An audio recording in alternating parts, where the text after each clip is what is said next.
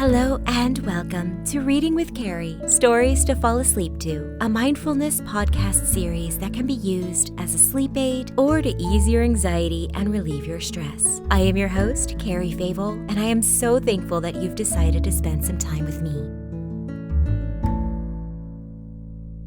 Welcome back. I hope you are enjoying this third season. It is a lot of fun to find stories that fit with the animal of the day, so to speak. Once again, I am sorry that there are no visuals for this podcast. These past 2 weeks have been very busy for me, and so I just wanted to make sure I got the podcast out, but something had to give, and since I'm still figuring out the craft portion, that was the easiest thing for me to let go of. But I do want to bring that element back at some point, so stick with it. If you are watching on YouTube, I do apologize.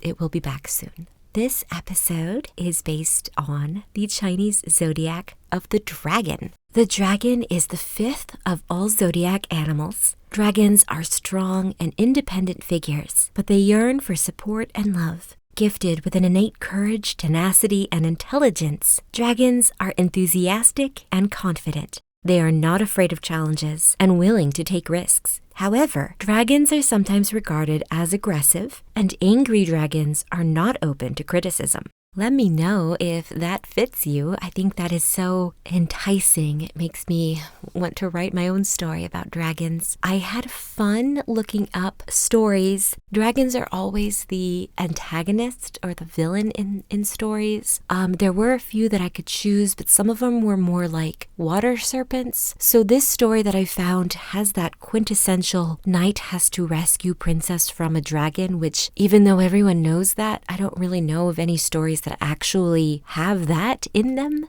Sleeping Beauty sort of brings that in because of Maleficent, but that's not in the original story that I can remember. I did read Sleeping Beauty on this podcast, but it's been a few years now, so I've forgotten. I think there was an ogre in it, actually.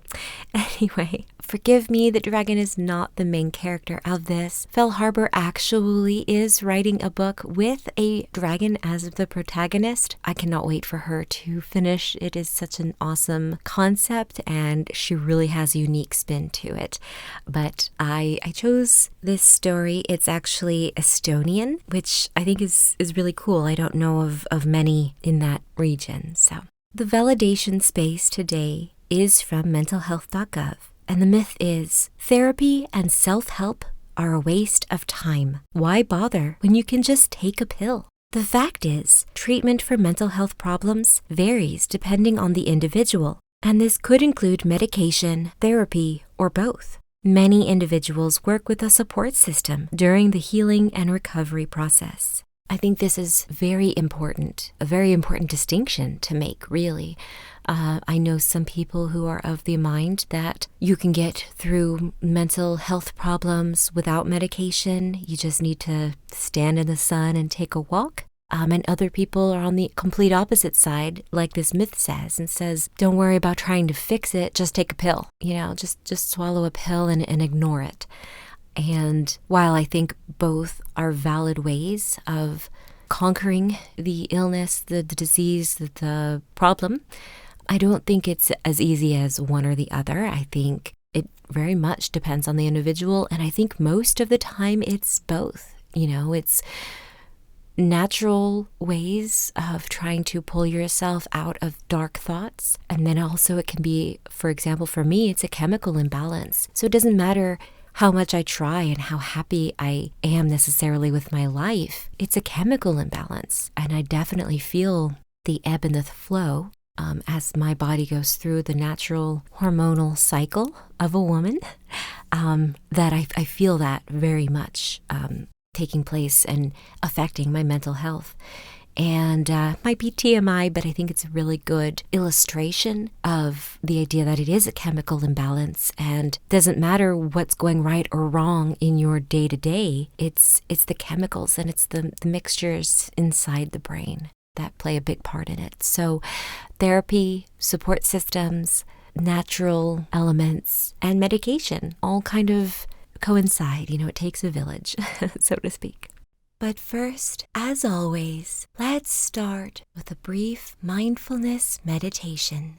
Close your eyes and take a posture that is relaxed, taking care to keep your back and neck in alignment. As you get situated, really notice your body, feeling the weight of your body on the chair, the bed, the floor, or wherever you may be in this moment. Notice the position of your feet and any sensations you can feel with them. Locate your legs and the blunt pressure on whatever seat you are on. Feel any sensations in your arms and make sure your shoulders are soft. Where are your hands resting? What are they feeling? Acknowledge any tension that you feel in your muscles and allow your body to express itself, being present in the moment.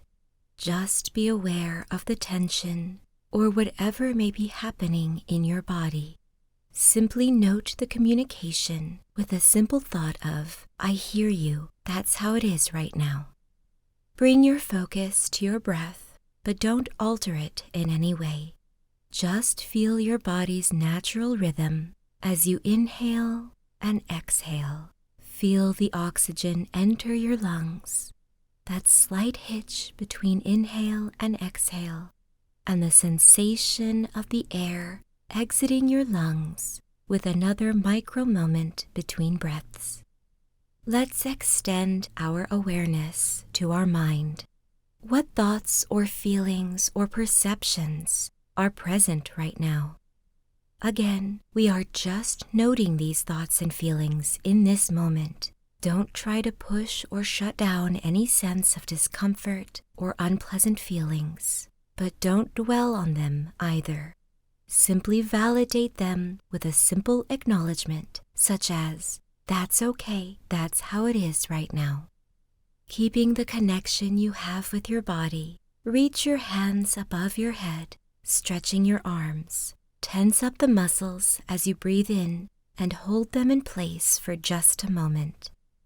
And now, as you release the breath, relax your muscles and place your arms back to where they were resting comfortably before.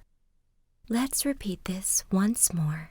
Raising your hands above your head, tense your muscles in your arms and shoulders as you breathe in and hold the position as you hold your breath for just a short count of 4. Then release your breath as you release your muscles and rest your arms back to where they were. Now focus back to your breathing and notice how you can relax by taking slow, deep breaths in and releasing your breath slowly out. Breathe in, hold your breath, and breathe out slowly. Breathe in and out. Keep breathing deeply, gently, and slowly. Now notice your whole body as being present. Be aware of every part at once, as best you can, as you continue to softly and deeply breathe in and out. If you are preparing yourself for bed, continue to breathe in and out, and just listen to my voice, but do not follow. If you need to ready yourself to get back to your day, then let us now widen our spatial awareness by using our other senses. What sounds do you hear in the room other than my voice? Are there any smells you can recognize? Feel the item on which you are resting with all of your body and imagine it in your mind. Try to picture it as accurately as you can without opening your eyes just yet. And now, take a deep breath in on an inhale of 4. Hold your breath for a count of 4. And on an audible sigh, release your breath as you open your eyes and fully come back. And now, here's the story. Dragon of the North, an Estonian fairy tale collected by Dr. Friedrich Kreutzwald. Very long ago, as old people have told me, there lived a terrible monster who came out of the north and laid waste whole tracts of country, devouring both men and beasts. and this monster was so destructive that it was feared that unless help came, no living creature would be left on the face of the earth. It had a body like an ox and legs like a frog, 2 short forelegs and 2 long ones behind. And besides that, it had a tail like a serpent, 10 fathoms in length. When it moved, it jumped like a frog, and with every spring it covered half a mile of ground. Fortunately, its habit was to remain for several years in the same place, and not to move on till the whole neighborhood was eaten up. Nothing could hunt it, because its whole body was covered with scales, which were harder than stone or metal. Its great eyes shone by night, and even by day, like the brightest lamps, and anyone who had the ill luck to look into those eyes became, as it were, bewitched, and was obliged to rush of his own accord into the monster's jaws. In this way the dragon was able to feed upon both men and beasts without the least trouble to itself, as it needed not to move from the spot where it was lying. All the neighboring kings had offered rich rewards to anyone who should be able to destroy the monster, either by force or enchantment. And many had tried their luck, but all had miserably failed. Once a great forest in which the dragon lay had been set on fire. The forest was burnt down, but the fire did not do the monster the least harm. However, there was a tradition amongst the wise men of the country that the dragon might be overcome by one who possessed King Solomon's signet ring, upon which a secret writing was engraved. This inscription would enable anyone who was wise enough to interpret it to find out how the dragon could be destroyed. Only no one knew where the ring was hidden, nor was there any sorcerer or learned man to be found who would be able to explain the inscription. At last, a young man, with a good heart and plenty of courage, set out to search for the ring. He took his way towards the sun rising, because he knew that all the wisdom of old time comes from the east. After some years, he met with a famous Eastern magician and asked for his advice in the matter. The magician answered, "Mortal men have but little wisdom, and can give you no help, but the birds of the air would be better guides for you if you could learn their language. I can help you to understand it if you will stay with me a few days." The youth thankfully accepted the magician's offer and said, "I cannot now offer you any reward for your kindness, but should my undertaking succeed, your trouble shall be richly repaid." Then the magician brewed a powerful potion out of 9 sorts of herbs, which he had gathered himself all alone by moonlight, and he gave the youth 9 spoonfuls of it daily for 3 days, which made him able to understand the language of birds. At parting, the magician said to him, "If you ever find Solomon's ring and get possession of it, then come back to me, that I may explain the inscription on the ring to you, for there is no one else in the world who can do this." From that time, the youth never felt lonely as he walked along. He always had company because he understood the language of birds. And in this way he learned many things which mere human knowledge could never have taught him. But time went on and he heard nothing about the ring. It happened one evening when he was hot and tired with walking and had sat down under a tree in a forest to eat his supper, that he saw 2 gaily plumaged birds that were strange to him, sitting at the top of the tree, talking to one another about him. The first bird said, "I know that wandering fool under the tree there, who has come so far without finding what he seeks. He is trying to find King Solomon's lost ring." The other bird answered, "He will have to seek help from the witch maiden, who will doubtless be able to put him on the right track. If she has not got the ring herself, she knows well enough who has it." "But where is he to find the witch maiden?" said the first bird. "She has no settled dwelling, but is here today and gone tomorrow. He might as well try to catch the wind." The other replied, "I do not know certainly where she is at present, but in 3 nights from now she will come to the spring to wash her face, as she does every month when the moon is full, in order that she may never grow old or wrinkled, but may always keep the bloom of youth." "Well," said the first bird, "the spring is not far from here. Shall we go and see how it is she does it?" "Willingly, if you like," said the other. The youth immediately resolved to follow the birds to the spring. Only 2 things made him uneasy. First, lest he might be asleep when the birds went, and secondly, lest he might lose sight of them, since he had not wings to carry him along so swiftly. He was too tired to keep awake all night, yet his anxiety prevented him from sleeping soundly. And when with the earliest dawn he looked up to see the treetop, he was glad to see his feathered companions still asleep, with their heads under their wings. He ate his breakfast and waited until the birds should start, but they did not leave the place all day. They hopped about from one tree to another looking for food all day long until the evening, when they went back to their old perch to sleep. The next day the same thing happened, but on the 3rd morning one bird said to the other, "Today we must go to the spring to see the witch maiden wash her face." They remained on the tree till noon, then they flew away and went toward the south.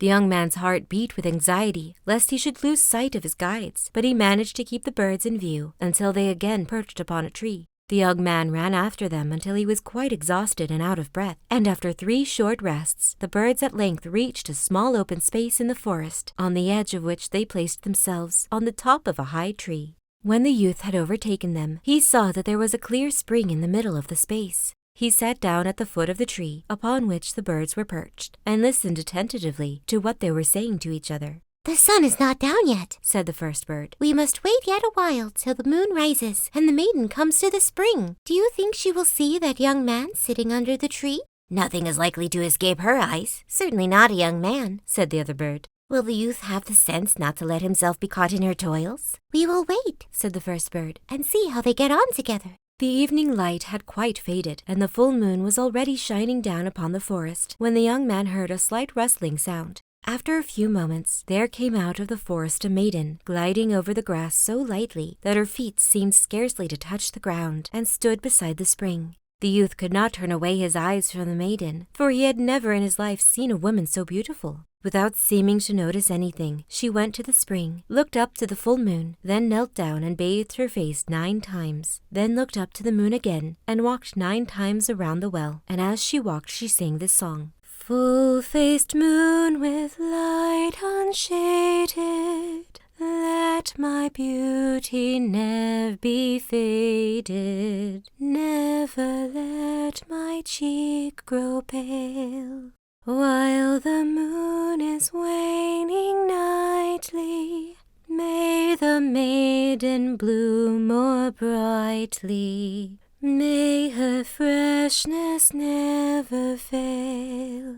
Then she dried her face with her long hair and was about to go away when her eye suddenly fell upon the spot where the young man was sitting, and she turned towards the tree. The youth rose and stood waiting. Then the maiden said, "You ought have a heavy punishment, because you have presumed to watch my secret doings in the moonlight. But I will forgive you this time, because you are a stranger and knew no better. But you must tell me truly who you are and how you came to this place, where no mortal has ever set foot before." The youth answered humbly, "Forgive me, beautiful maiden, if I have unintentionally offended you. I chanced to come here after long wandering, and found a good place to sleep under this tree. At your coming I did not know what to do, but stayed where I was, because I thought my silent watching could not offend you." The maiden answered kindly, "Come and spend this night with us. You will sleep better on a pillow than on damp moss." The youth hesitated for a little, but presently he heard the birds saying from the top of the tree, "Go where she calls you, but take care to give no blood, or you will sell your soul." So the youth went with her, and soon they reached a beautiful garden, where stood a splendid house, which glittered in the moonlight as if it was all built out of gold and silver. When the youth entered, he found many splendid chambers, each one finer than the last. Hundreds of tapers burnt upon gold candlesticks and shed a light like the brightest day.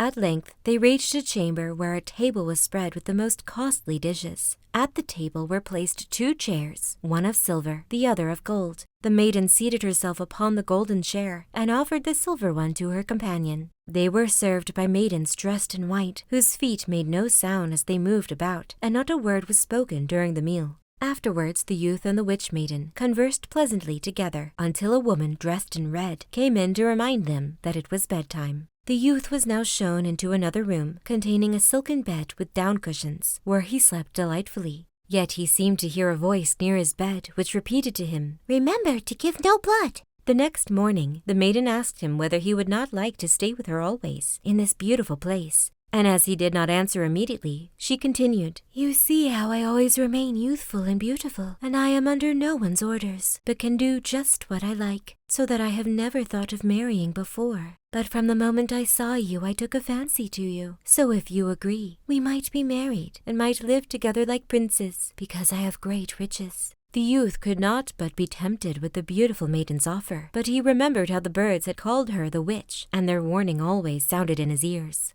Therefore, he answered cautiously, "Do not be angry, dear maiden, if I do not decide immediately on this important matter. Give me a few days to consider before we come to an understanding." "Why not?" answered the maiden. "Take some weeks to consider if you like, and take counsel with your own heart. And to make the time pass pleasantly, she took the youth over every part of her beautiful dwelling, and showed him all her splendid treasures. But these treasures were all produced by enchantment, for the maiden could make anything she wished appear by the help of King Solomon's signet ring. Only none of these things remained fixed. They passed away like the wind, without leaving a trace behind. But the youth did not know this. He thought they were all real. One day the maiden took him into a secret chamber, where a little gold box was standing on a silver table. Pointing to the box, she said, "Here is my greatest treasure, whose like is not to be found in the whole world. It is a precious gold ring. When you marry me, I will give you this ring as a marriage gift, and it will make you the happiest of mortal men. But in order that our love may last forever, you must give me for the ring 3 drops of blood from the little finger on your left hand."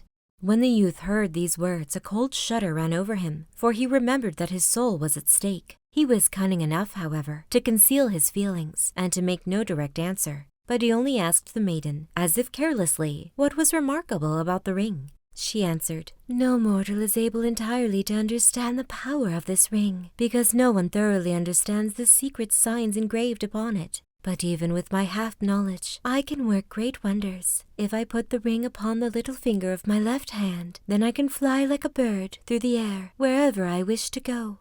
If I put it on the 3rd finger of my left hand, I am invisible, and I can see everything that passes around me, though no one can see me. If I put the ring upon the middle finger of my left hand, then neither fire nor water, nor any sharp weapon can hurt me. If I put it on the forefinger of my left hand, then I can, with its help, produce whatever I wish. I can, in a single moment, build houses or anything I desire. Finally, as long as I wear the ring on the thumb of my left hand, that hand is so strong that it can break down rocks and walls. Besides these, the ring has other secret signs, which, as I said, no one can understand. No doubt it contains secrets of great importance. The ring formerly belonged to King Solomon, the wisest of kings, during whose reign the wisest men lived. But it is not known whether this ring was ever made by mortal hands. It is supposed that an angel gave it to the wise king.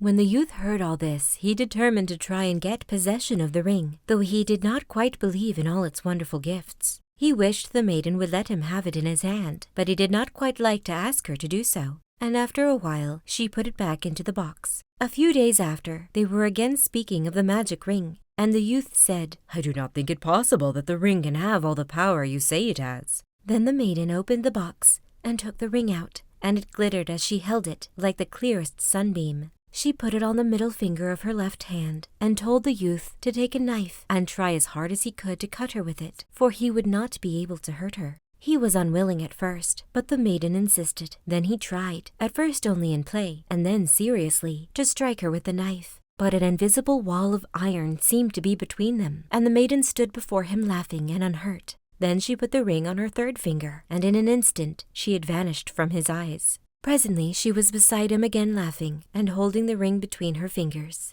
"Do let me try," said the youth, "whether I can do these wonderful things." The maiden, suspecting no treachery, gave him the magic ring. The youth pretended to have forgotten what to do, and asked what finger he must put the ring on, so that no sharp weapon could hurt him. "Oh, the middle finger on your left hand," the maiden answered, laughing. She took the knife and tried to strike the youth, and he even tried to cut himself with it, but found it impossible.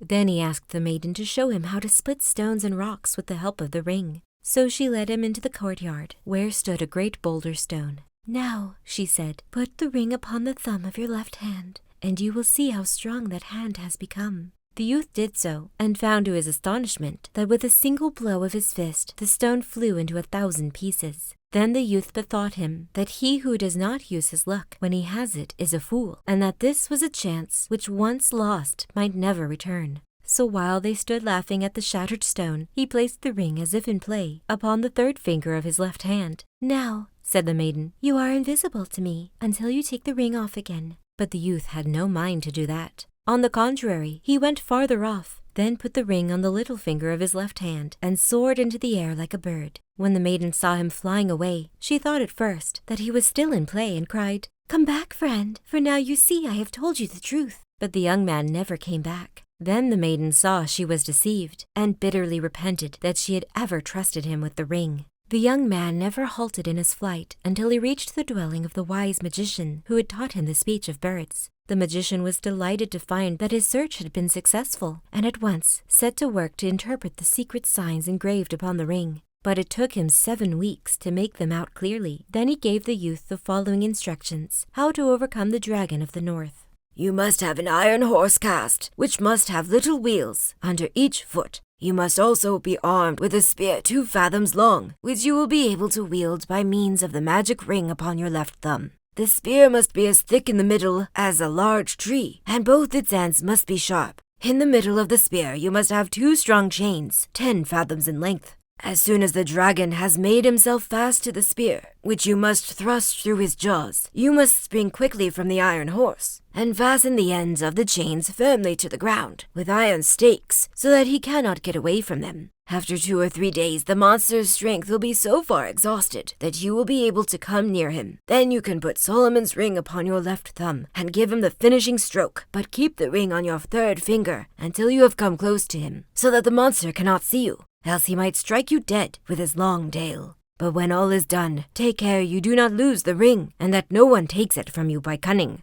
The young man thanked the magician for his directions, and promised, should they succeed, to reward him. But the magician answered, "I have profited so much by the wisdom the ring has taught me that I desire no other reward." Then they parted, and the youth quickly flew home through the air. After remaining in his own home for some weeks, he heard people say that the terrible dragon of the north was not far off and might shortly be expected in the country. The king announced publicly that he would give his daughter in marriage, as well as a large part of his kingdom, to whosoever should free the country from the monster. The youth then went to the king and told him that he had good hopes of subduing the dragon, if the king would grant him all he desired for the purpose. The king willingly agreed, and the iron horse, the great spear, and the chains were all prepared as the youth requested. When all was ready, it was found that the iron horse was so heavy that 100 men could not move it from the spot. So the youth found there was nothing for it but to move it with his own strength by means of the magic ring. The dragon was now so near that in a couple of springs he would be over the frontier. The youth now began to consider how he should act, for if he had to push the iron horse from behind, he could not ride upon it, as the sorcerer had said he must. But a raven unexpectedly gave him this advice: "Ride upon the horse and push the spear against the ground, as if you were pushing off a boat from the land." The youth did so and found that in this way he could easily move forwards. The dragon had his monstrous jaws wide open, all ready for his expected prey. A few passes nearer, and a man and horse would have been swallowed up by them. The youth trembled with horror, and his blood ran cold, yet he did not lose his courage. But, holding the spear upright in his hand, he brought it down with all his might, right through the monster's lower jaw. Then, quick as lightning, he sprang from his horse before the dragon had time to shut his mouth. A fearful clap like thunder, which could be heard for miles around, now warned him that the dragon's jaws had closed upon the spear. When the youth turned around, he saw the point of the spear sticking up high above the dragon's upper jaw, and he knew that the other end must be fastened firmly to the ground. But the dragon had got his teeth fixed in the iron horse, which was now useless. The youth now hastened to fasten down the chains to the ground by means of the enormous iron pegs which he had provided. The death struggle of the monster lasted 3 days and 3 nights. In his writhing, he beat his tail so violently against the ground that at 10 miles distance the earth trembled as if with an earthquake. When he at length lost power to move his tail, the youth, with the help of the ring, took up a stone, which 20 ordinary men could not have moved, and beat the dragon so hard about the head with it that very soon the monster lay lifeless before him. You can fancy how great was the rejoicing when the news was spread abroad that the terrible monster was dead. His conqueror was received into the city with as much pomp as if he had been the mightiest of kings. The old king did not need to urge his daughter to marry the slayer of the dragon. He found her already willing to bestow her hand upon this hero, who had done all alone what whole armies had tried in vain to do. In a few days, a magnificent wedding was celebrated, at which the rejoicings last 4 whole weeks. For all the neighboring kings had met together to thank the man who had freed the world from their common enemy. But everyone forgot amid the general joy that they ought to have buried the dragon's monstrous body, for it began now to have such a bad smell that no one could live in the neighborhood. And before long, the whole air was poisoned, and a pestilence broke out, which destroyed many hundreds of people. In this distress, the king's son-in-law resolved to seek help once more from the Eastern magician, to whom he had once traveled through the air like a bird by the help of the ring. But there is a proverb which says that ill-gotten gains never prosper, and the prince found that the stolen ring brought him ill luck after all. The witch maiden had never rested night nor day until she had found out where the ring was. As soon as she had discovered by means of magical arts that the prince in the form of a bird was on his way to the Eastern magician, she changed herself into an eagle and watched in the air until the bird she was waiting for came in sight, for she knew him at once by the ring which was hung around his neck by a ribbon. Then the eagle pounced upon the bird, and the moment she seized him in her talons, she tore the ring from his neck before the man in bird's shape had time to prevent her. Then the eagle flew down to the earth with her prey, and the two stood face to face once more in human form. "Now, villain, you are in my power," cried the witch maiden. "I favored you with my love, and you repaid me with treachery and theft. You stole my most precious jewel from me, and do you expect to live happily as the king's son-in-law? Now the tables are turned. You are in my power, and I will be revenged on you for your crimes." Forgive me, cried the prince. "I know too well how deeply I have wronged you, and most heartily do I repent it." The maiden answered, "Your prayers and your repentance come too late, and if I were to spare you, everyone would think me a fool. You have doubly wronged me. First you scorned my love, and then you stole my ring, and you must bear the punishment." With these words, she put the ring upon her left thumb, lifted the young man with one hand, and walked away with him under her arm. This time she did not take him to a splendid palace, but to a deep cave in a rock, where there were chains hanging from the wall. The maiden now chained the young man's hands and feet, so that he could not escape. Then she said in an angry voice, "Here you shall remain chained up until you die. I will bring you every day enough food to prevent you dying of hunger, but you need never hope for freedom any more." With these words she left him. The old king and his daughter waited anxiously for many weeks for the prince's return, but no news of him arrived. The king's daughter often dreamed that her husband was going through some great suffering. She therefore begged her father to summon all the enchanters and magicians, that they might try to find out where the prince was and how he could be set free. But the magicians, with all their arts, could find out nothing, except that he was still living and undergoing great suffering. But none could tell where he was to be found. At last, a celebrated magician from Finland was brought before the king, who had found out that the king's son-in-law was imprisoned in the East, not by men, but by some more powerful being. The king now sent messengers to the East to look for his son-in-law, and they, by good luck, met with the old magician who had interpreted the signs on King Solomon's ring, and thus was possessed of more wisdom than anyone else in the world. The magician soon found out what he wished to know, and pointed out the place where the prince was imprisoned, but said, "He is kept there by enchantment, and cannot be set free without my help. I will therefore go with you myself." So they all set out, guided by birds, and after some days came to the cave, where the unfortunate prince had been chained up for nearly 7 years. He recognized the magician immediately, but the old man did not know him. He had grown so thin. However, he undid the chains by the help of magic and took care of the prince until he recovered and became strong enough to travel. When he reached home, he found that the old king had died that morning, so that he was now raised to the throne. And now, after his long suffering came prosperity, which lasted to the end of his life. But he never got back the magic ring, nor has it ever again been seen by mortal eyes. Now, if you had been the prince, would you not rather have stayed with the pretty witch maiden?